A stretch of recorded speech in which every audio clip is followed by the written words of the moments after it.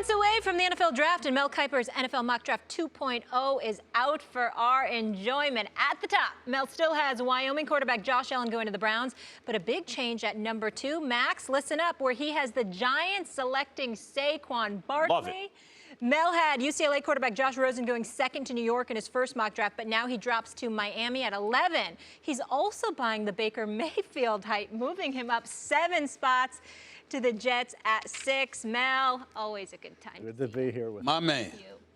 You know where I want to start. With something. I can Yeah, tell he's we all got problems, but Max doesn't as much as Stephen A. today for some reason. I'm liking this the Giants one though. The big change at 2. How come you're not going quarterback and you're going Saquon? Help out Eli. This is a playoff caliber team they thought in August. Turned out to be a disaster. Well, what's the problem? The offensive line was an issue. Now you get a guy who can protect Eli Manning as the last line of defense.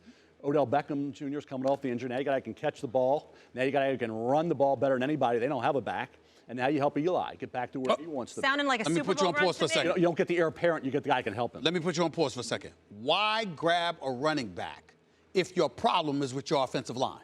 Remember, this is a mock, not me. I always say don't take running. This is what you're hearing. I'm just asking. For the Giants, you take the running back because you see what Ezekiel meant to the Dallas Cowboys. You see what Leonard Fournette did to Jacksonville. You see what Todd Gurley They had the meant to offensive the line Rams. first. Well, that's fine. This offensive line, you talk about run blocking. Pass protection was a major issue. They did get better.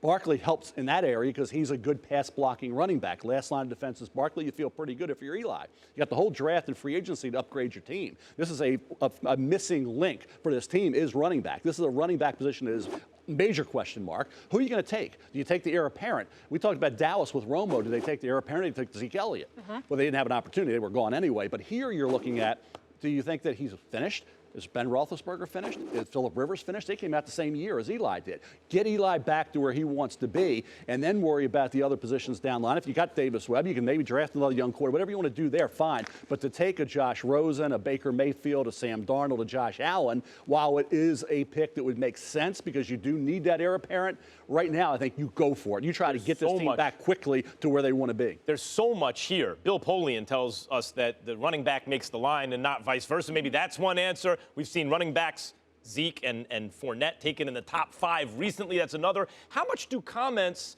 that, like, the GMs make influence your board, Mel? Like, Gettleman came out and said at his introductory press conference, I want to make sure we don't go in this draft drafting for need. In other words, he wants to take the best player. Is this also commentary on the quarterbacks available? Well, the quarterbacks available all have some question marks.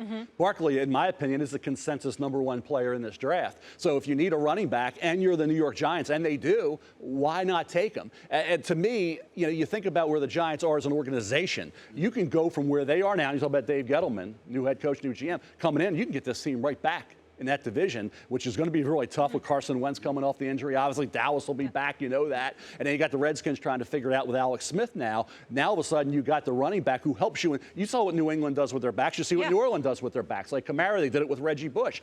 These backs that can catch the ball. He can put him in a slot. The ability to catch the ball, the versatility of Saquon Barkley is why who don't like running backs in the first round, he's more than a running back. He's everything. Running back, receiver, blocker. And that's what the Giants do. Mock draft, I think you got Baker Mayfield at number 6, New York Jets. Correct. When I think about the New York Jets right now, I'm thinking about the reports that are out there, Mel Kiper Jr. I need your help with this. Okay. Kirk Cousins. Right. If the Jets evidently, reportedly want him so badly that they are willing to guarantee $100 million for this man, I'd like to get Mel Kiper's take on that one. Well, I need your help with this. I know this is not, I mean, you got the Jets with the mock draft and Mayfield and all of that stuff, but I got to ask you while you're here, sir. I don't understand that one. Well, you don't assume something's going to happen. I can't sit here and assume there. You got Minnesota, you got Denver, all interested maybe in Kirk Cousins. I can't project trades. 2 things I can't do, Stephen. I can't project the trade, and I can't assume that some free agent's going to sign with somebody. I don't know. So I can't leave a quarterback out. I wasn't asking you that. I wasn't asking about that. I was thinking because of Mayfield at number 6. Right. If you're thinking about getting Mayfield, why would you think about making that investment? And more importantly, I know Mel Kiper Jr. There's no one that knows their football more than Mel Kiper Jr. I need help as to whether or not this man is worthy of such a thing, which I think is sacrilegious. You don't like Baker Mayfield? No, I like Baker Mayfield. I don't like Kirk Cousins and $100 million. All right, so you're saying that Baker Mayfield in the top 10 is okay? Yes. Just not to the Jets. Because they're going to get Kirk Cousins. Why did you have him go up 7 spots, though? Because it got down to when Barkley went to 2. Yeah. Some quarterback had a drop. It was either going to be Rosen or Baker going to the Jets in that mock because there was nobody else between them and Miami needed a quarterback.